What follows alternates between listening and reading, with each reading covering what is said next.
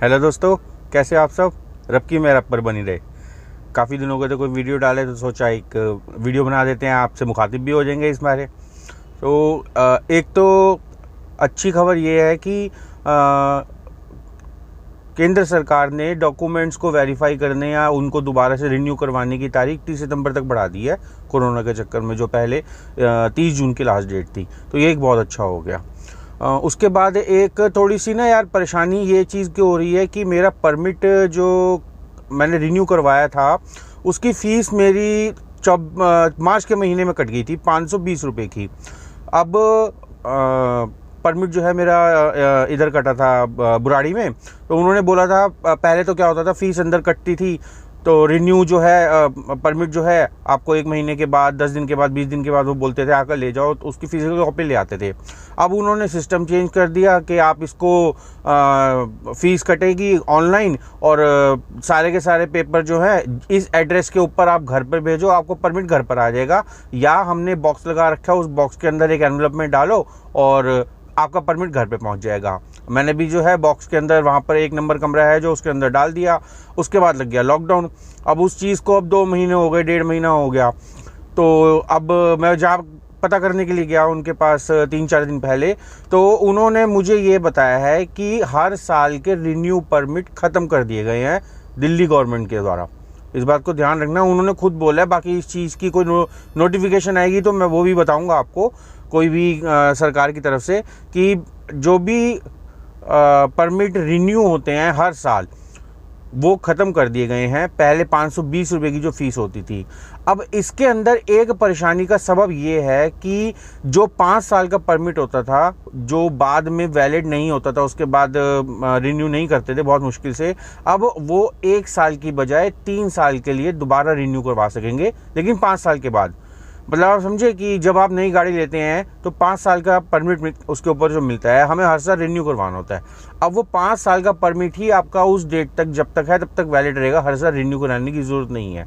लेकिन अब मेरे 520 रुपये चले गए, भगवान कसम आएंगे कि नहीं आएंगे ये कुछ कह नहीं सकते। अब इसके अंदर परेशानी का सबब ये है कि सारी की सारी फीस अब ऑनलाइन कटती है। ऑनलाइन के अंदर अगर किसी का परमिट मान लीजिए ख़त्म हो गया, 5 साल पूरे हो गए हैं, और वो ऑनलाइन जमा करवाने के लिए जाता है फ़ीस कटवाने के लिए, तो वहाँ पर फ़ीस आ रही है 25,000 रुपये की। मतलब कोई उस चीज़ की ना कोई सही इन्फॉर्मेशन दे रहा है कि ये फ़ीस क्यों है, ना कुछ है। जो बाहर बुराड़ी अथॉरिटी के बाहर जो दुकानें लगी हुई हैं, जो एजेंट वगैरह बैठे हुए हैं, वो कह रहे हैं कि अभी होल्ड करके रखो सर, इसको फ़ीस भरने की ज़रूरत नहीं है, अभी इसकी जो है मीटिंग्स चल रही हैं, इसके ऊपर बात चल रही है। कहाँ 500 रुपये हर साल की रिन्यू फीस, कहाँ 25,000 रुपये, कोई मजाक थोड़ा ना हो रहा है किसी चीज़ के लिए। तो अभी इस चीज़ को होल्ड करके रखो। फिलहाल अभी के लिए तो 30 सितंबर तक तो इतनी ज़्यादा परेशानी होनी नहीं चाहिए, क्योंकि ये डेडलाइन जो है आगे बढ़ा दी गई है। लेकिन अब मैं ऊबर ड्राइव करता हूँ, ऊबर वाले को भी पता है कि 30 सितंबर तक बढ़ा दी गई है, ये मैसेज आते रहते हैं हमारे को। लेकिन अगर मान लीजिए 30 सितंबर के बाद डेडलाइन नहीं बढ़ी, ऊबर जो है आपको सिर्फ 24 घंटे देता है अपने डॉक्यूमेंट अपलोड करने के लिए, रिन्यू वाले जो भी होते हैं। अब कोई भाई 25,000 रुपये नहीं निकाल पाया नए परमिट के लिए, तो वो क्या करेगा? मेरे को ये सबसे ज़्यादा परेशानी हो रही है। उसके बाद अब हर साल का परमिट ख़त्म कर दिया गया है सरकार द्वारा। इसकी भी कोई जानकारी जो है अभी ऊबर के अंदर नहीं दी गई है। मान लीजिए मेरा परमिट जो है ख़त्म होना था, अक्टूबर में ख़त्म होना है, अक्टूबर तक अब मुझे ये जानकारी मिल गई है कि वो परमिट जो है हर साल का रिन्यू ख़त्म हो गया है। अब अक्टूबर को मैं जब अपलोड नहीं करूँगा तो मेरा 24 घंटे के बाद अकाउंट जो है बंद कर दिया जाएगा। दोबारा अपलोड करूँगा जब मैं, तब जाके वो एक्टिव होगा। अब अक्टूबर में क्या होगा इस बारे में हम ऊबर के कॉल सेंटर पे फ़ोन करूँगा, तब पता चलेगा कि क्या इसके अंदर है। कुछ बातें क्लियर कोई भी नहीं करता, ना सरकार की तरफ से की जाती है, ना कहीं नोटिफिकेशन होती है, ना वहाँ के एजेंट करते हैं। और अंदर जो अथॉरिटी में बाबू लोग बैठे हैं, वो तो बस सरकारी अपने कूल्हे टिकाने के लिए आते हैं, और बस उनको तो अपनी तनख्वाह से मतलब है जी, कोई इस खिड़की से उस खिड़की पे जाओ, उस खिड़की से इस खिड़की पे जाओ, बस यही काम रह गया। और उसके बाद अब हाल थोड़े से माड़े इसलिए भी हो रहे हैं कि किराए कम कर दिए गए हैं। हालांकि काम धीरे धीरे निकलना शुरू हो गया है, किराए लेकिन कम हो गए हैं। मुझे ऊबर का एक सिस्टम बिल्कुल भी समझ नहीं आता कि मैं, देखिए जब हम ऊबर के मैप में देखते हैं ट्रिप शुरू करने से पहले, तो एक पर्पल कलर का एक एरिया दिखाता है कि हाँ यहाँ पर डिमांड है। फिर एक रेड कलर का होता है, ऑरेंज कलर का होता है, जिसके अंदर सर्च प्राइस हमें बता। तो जब हम एक पर्पल कलर के अंदर हैं, सर्च प्राइस नहीं चल रहा, डिमांड है, तो उसके बावजूद भी हमें लो डिमांड की ट्रिप्स क्यों आती हैं? मेरे को तो अभी तक ये समझ नहीं आया, ना ही कोई इसका जवाब दे रहा है। मैंने कॉल सेंटर भी फ़ोन करके भी बात करी उनसे, उनके पास भी इस चीज़ का कोई जवाब। मैं बिल्कुल पहले जब सर्ज चल रहा होता था, कई बार मैं सीपी के अंदर खड़ा होता था शाम के टाइम पे 5 बजे, आपको पता है कि 1.5, 6, 7 तक के भी सर्ज चले हुए हैं, हमने ली हुई है ट्रिप्स। वो उस टाइम भी कभी कभी ऐसा होता था बिना सर्च की मुझे ट्रिप आती थी। मैं उनको पूछता था कॉल पे, मैं बिल्कुल कनॉट प्लेस के सेंटर पर खड़ा हूँ और मुझे बिना सर्च की ट्रिप आ रही है। वो मुझे ये जवाब देते थे, सर जहाँ से कस्टमर ने बुक की होगी वहाँ सर्च नहीं चल रहा होगा। ये क्या जवाब हुआ भाई? ये तो गलत बात है ना। फिर अगर मैं सर्च जोन के अंदर खड़ा हुआ हूँ और कोई आदमी, कोई दूसरा ड्राइवर जो सर्च जोन से बाहर खड़ा है, उसको यहाँ से ट्रिप दे देंगे, वो बेचारा वहाँ से यहाँ पे आएगा पिकअप करने के लिए, और मैं सर्च जोन के अंदर खड़ा हुआ हूँ, मुझे ट्रिप नहीं दी जा रही है, मुझे बिना सर्च की ट्रिप दे रहे हैं। तो ये जो सिस्टम है ना, ये ना ठीक नहीं है यार। हालांकि ऊबर इसके अंदर बहुत काम करता है और मैं बहुत खुश हूँ ऊबर से। मैं ओला भी ड्राइव करता हूँ, लेकिन ओला से घटिया तो मैंने आज तक कोई कंपनी देखी नहीं है जो बिल्कुल खून चूस लेती है ड्राइवर्स का। ओला को तो मैं सिर्फ होम डेस्टिनेशन या लंबी ट्रिप के लिए जो है सिर्फ उसी के लिए इस्तेमाल करता हूँ, वैसे नहीं करता हूँ। तो ऊबर की ये चीज़ मुझे अभी तक समझ नहीं आई है कि हम डिमांड वाले एरिया के अंदर खड़े हुए हैं तो भी हमें लो प्राइस क्यों आती है। देखिए, कस्टमर जब पैसे देने को तैयार हो रहा है तो उसको लो प्राइस की क्यों आप देने को लग रहे हैं ट्रिप के? आइए हम आपको डिस्काउंट देते हैं, आइए हम आपको। एक टाइम ऐसा था कोरोना के अपडेट से पहले, जब कोरोना आया था उससे पहले 2 साल पहले तक, हमें 3-3 हज़ार, 2,500 हज़ार, 2-2 हज़ार रुपये प्रमोशन के मिलते थे, हफ्ते के हफ्ते जो हम कमाते थे। 4 दिन की प्रमोशन एक होती थी, कईयों की हफ्ते भर की पूरी प्रमोशन देते थे ट्रिप्स के ऊपर। अब तो खैर वो चीज़ें ख़त्म ही हो गई हैं। पेट्रोल के प्राइसेस कहाँ जा रहे हैं, डीजल के प्राइसेस कहाँ जा रहे हैं, मेंटेनेंस कॉस्ट कहाँ जा रही है, उसके बावजूद अगर हमें लो प्राइस डिमांड की ट्रिप्स मिले, ये तो ठीक बात नहीं है ना। अगर हम एक ऑन एवरेज भी देखें, सारा दिन गाड़ी चलाने के बाद, चाहे आप 8 घंटे काम करो, 10 घंटे काम करो, उतने के अंदर अगर आपने 200 किलोमीटर गाड़ी चलाई है तो सारे के सारे आपके पास जो पैसे आते हैं ना, वो 1800-1900 रुपये होते हैं। 9 रुपये किलोमीटर, 8.5 रुपये किलोमीटर इतने आते हैं।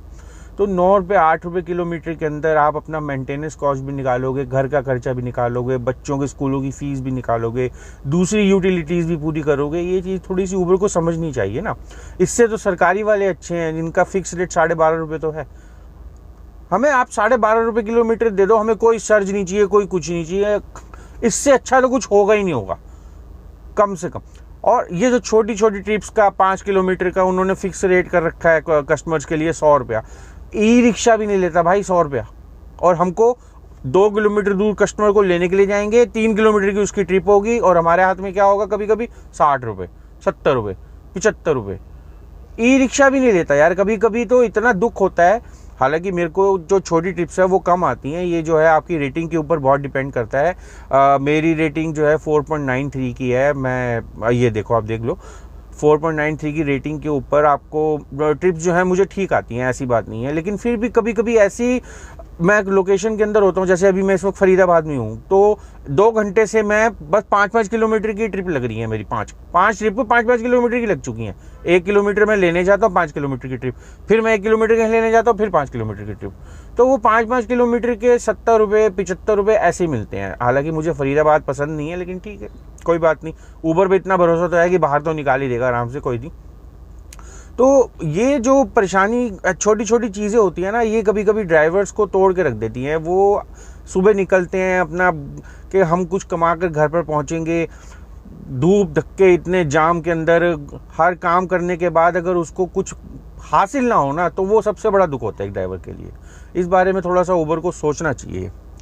तो आशा करते हैं कि होगा। अच्छा, एक और बात भी है, कई जगह के ऊपर जो है पार्किंग की फ़ीस बढ़ चुकी है या दोबारा शुरू हो गई है। अब जैसे एरो सिटी है, उसके अंदर पार्किंग स्लिप जो है शुरू हो चुकी है। कभी कभी कस्टमर, मैं तो जब, अब ये तो हमें पता है ना, ऊबर को नहीं पता, बीच में बंद हो गई थी, लेकिन वो बीच जब बंद हो गई थी तो पहले पार्किंग के फीस के पैसे ऐड होते थे, अब नहीं ऐड होते हैं। अब उन्होंने तो शुरू कर दिए, लेकिन ऊबर को नहीं पता कि वो शुरू हुई है नहीं हुई है, तो ये चीज़ ऐड नहीं होती। हमें 8 मिनट से ज़्यादा लग जाए, कस्टमर इस चीज़ को सुनता नहीं है कि हम पे क्यों करेंगे, हमें अपनी जेब से पे करने का भी कभी करने पड़ते हैं।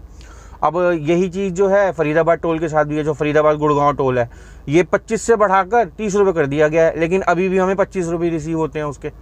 तो ये जो है ना, थोड़ा सा सोचना चाहिए कि ड्राइवर्स को इस तरीके से ना मारा जाए, थोड़ा सा सोचो इस बारे में ऊबर। मैं एक वीडियो के माध्यम से बस यही कह सकता हूँ, हो सकता है कि किसी ऊबर वाले बंदे के पास ये वीडियो पहुँचे, इसको देखे तो किसी ड्राइवर की परेशानी को समझे कि ऐसा नहीं। अब परसों भी मैंने एक ट्रिप ली, रोहिणी में रहता हूँ मैं, रोहिणी से करोल बाग की 16 किलोमीटर की ट्रिप थी।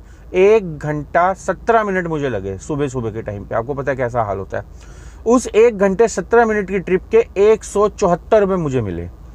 16 किलोमीटर 174 रुपये, 10 रुपये किलोमीटर समझ में आता है, लेकिन आप किस तरीके से उसका पैसा लगा रहे हो ट्रिप का।